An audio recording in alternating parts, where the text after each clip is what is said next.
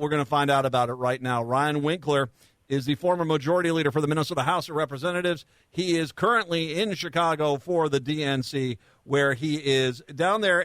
I want to say why you're down there, because it's a family thing for you, correct, Ryan? Yeah, I'm basically here as a press secretary and assistant to my son Isaac, who is a delegate. And in fact, he's the youngest delegate in the country here. In the country? How old is he? He's 17. Wow. He turns 18 3 days before the election. So he just barely qualifies to participate, but he was able to go to his precinct caucuses for the first time this year, went to the Senate district and then to the congressional district, and there he got elected to come to Chicago. So I'm just here to support him. Well, and we should say this because obviously you and I are in the same boat. I've got 3 Generation Z kids. I've said this multiple times. This generation, that generation is going to solve a lot of problems because I have never seen youth so energized, focused, and politically astute as a generation that Generation Z seems to be. Yeah, well, first of all, I think there are some really big challenges we're facing collectively in this world, on this planet, and I think they're very aware of it because it is their lifetimes where these issues are going to be resolved. I think of course, global warming, but they've also come of age at a time, whether it was COVID or George Floyd, where there have been these really fundamental questions asked about what our relationship is with each other in our communities, what is the nature of collective responsibility together, and I think it's a set of questions that few generations have had to ask at this exact age. And it's really rewarding and fun to see so many young people engaged in trying to solve problems together. How many DNCs have you been to? This is actually my second one. My first was in 2000 when Al Gore was nominated. The year, frankly, when George Bush beat Al Gore at a very close election, and so much of what has happened in the last 24 years, I think, turned that year. I think it would have been a very different world if a different president were there to respond to 9/11. I think it would have been a time when Americans were coming together instead of being so divided for so long. Mm-hmm. And anyway, it's gratifying to be here. It feels historic, and it's exciting to just see so much energy among Democrats. Where was the DNC in 2000? What town was that in? That was in L.A. Oh, okay. And, I was 20 years old, and that was a pretty fun time, if I recall correctly. That was okay. Will you have access to the floor? I mean, as with your son being the delegate, how much access will you have to the main floor and everything? Well, credentials to get in are always in hot demand, so it kind of depends on the day, depending on who's there and who's able to get credentials. But only delegates themselves are on the floor.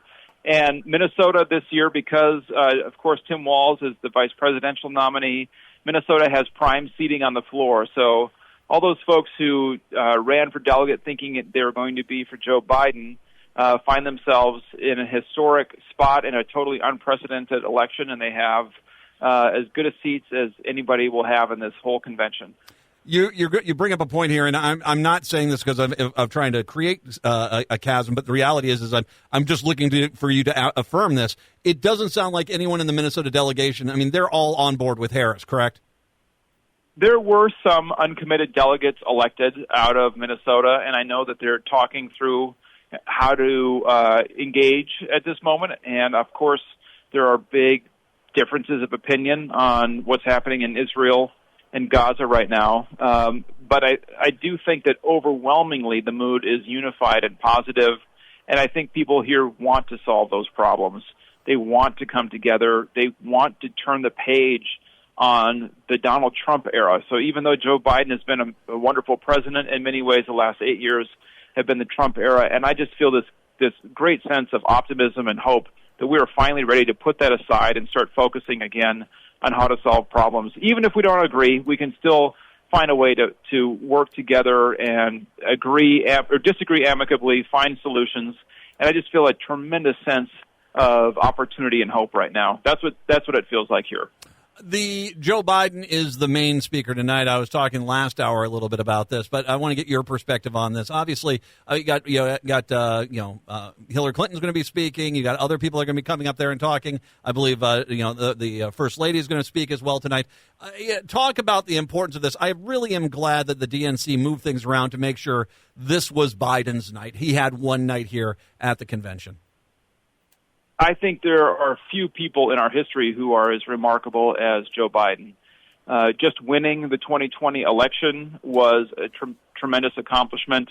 The set of legislation that he has been able to sign into law as president is, I think, the kind of thing that people thought couldn't get done anymore.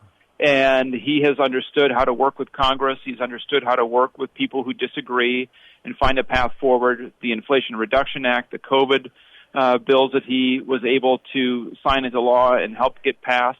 What Joe Biden has done is nothing short of remarkable. And then to step away from power when he didn't want to do it, it wasn't his instinct to do it, but he knew it had to be done for the good of the country.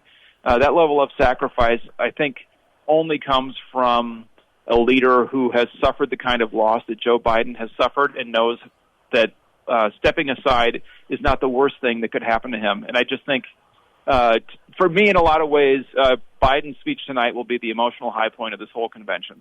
I get the impression, I mean, obviously there's the initial splash, but as the ripples get a little further away, I really kind of get the impression that there is this still very strong commitment. Obviously, he is very much behind Kamala Harris as the candidate. And I kind of get the impression that he seems to be moving into this role as in the term lame duck president. He's moving into that role of, I'm walking away from this. I can feel pretty good about myself. I think this retrospective that's come through is starting to kind of settle in, and people are really in regards to this that any kind of roughness or just kind of the jolting nature of all the news of the last month is being smoothed out.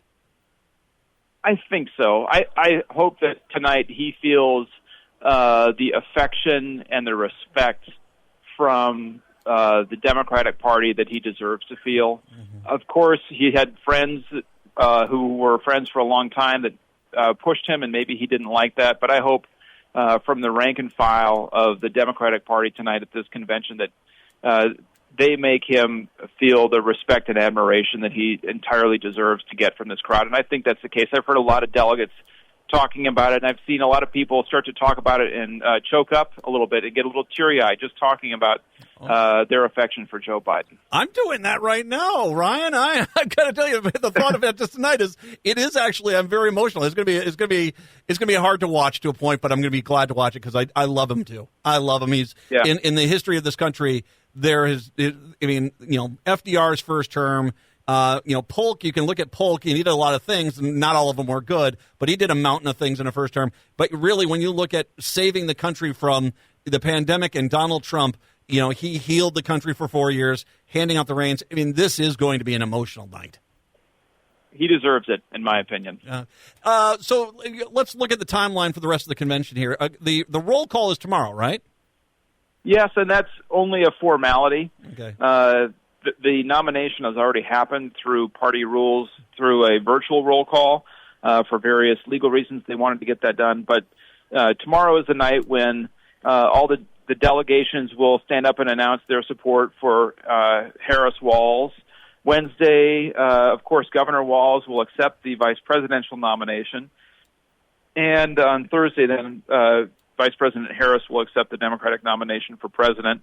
And, I just think it is going to be a week that creates a ton of Democratic momentum and positive, good feelings that we then have to just keep pushing and pushing and pushing through to the election. And just in the political sense, I'm glad you brought that up because in the news at the top of the hour, we had an audio clip from Trump going, "The world is destroyed." It's like there really is a diametrically opposed difference in this election.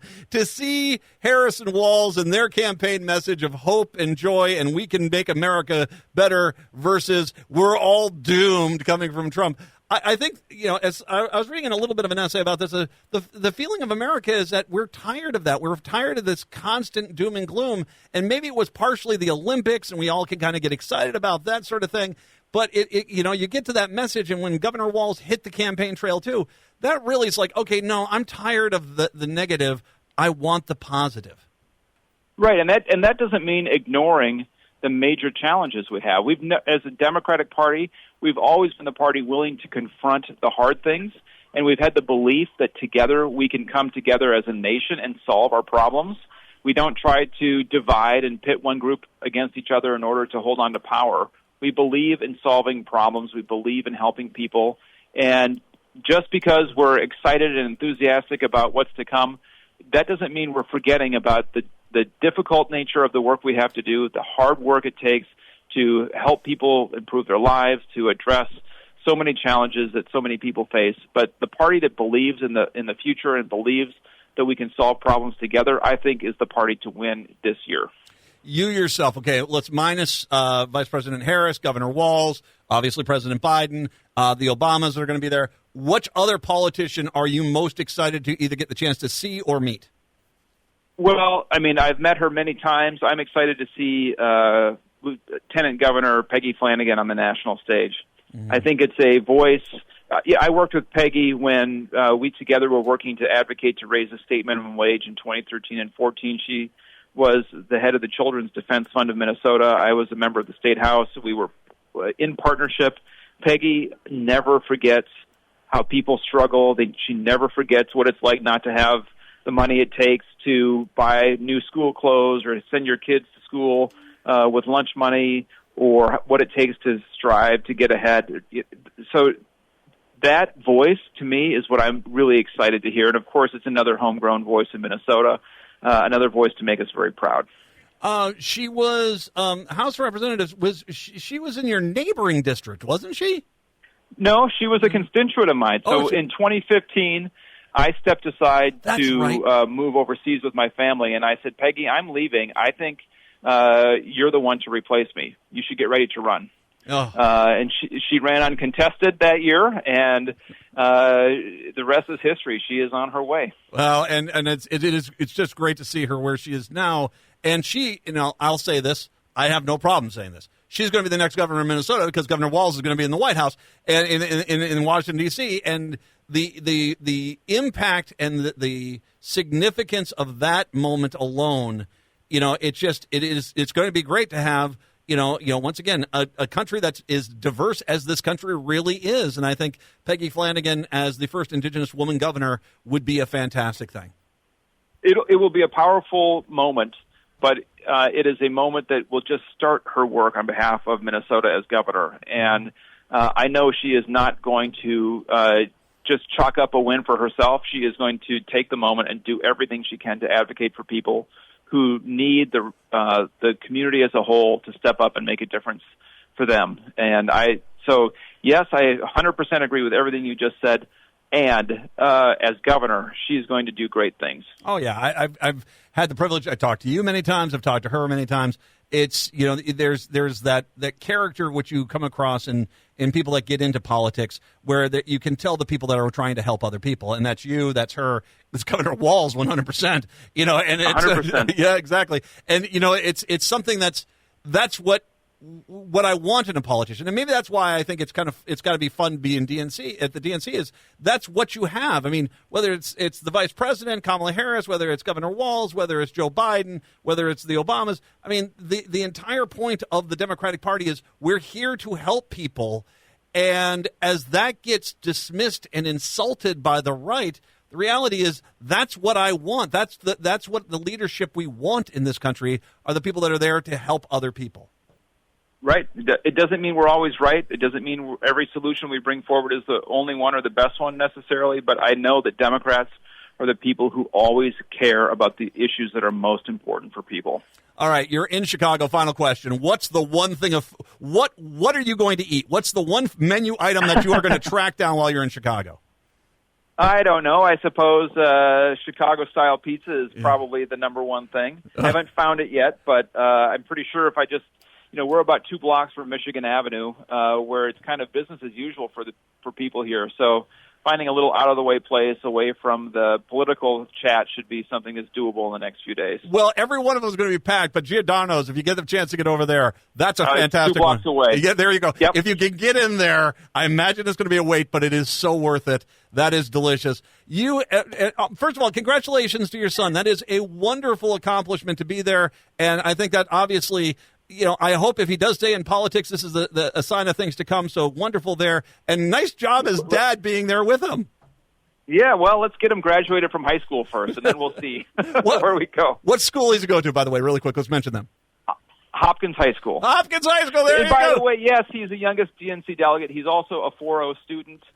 He's captain of the lacrosse team, and he's the high school hockey varsity goalie. Well, so he's a well-rounded kid. Oh, my daughter's going to be a senior over there too. So there you go. It's. There you go. Oh, it's wonderful. It's going to be. I'll make sure. I'm going to make sure the school knows about this. All right. Like that. Ryan Winkler. Once again, Ryan. All my best out there. Have a wonderful time. Ryan Winkler, the former majority leader for the Minnesota House of Representatives in DC, at the DNC in Chicago, having a good time. All my best, sir. Thank you, sir. Take care, Ryan Winkler. We'll take a break. Come on back. Unpack a lot of things since the last half hour in the first hour in this. We'll talk about the DNC and other things, too. It is the Matt McNeil Show here on your Monday.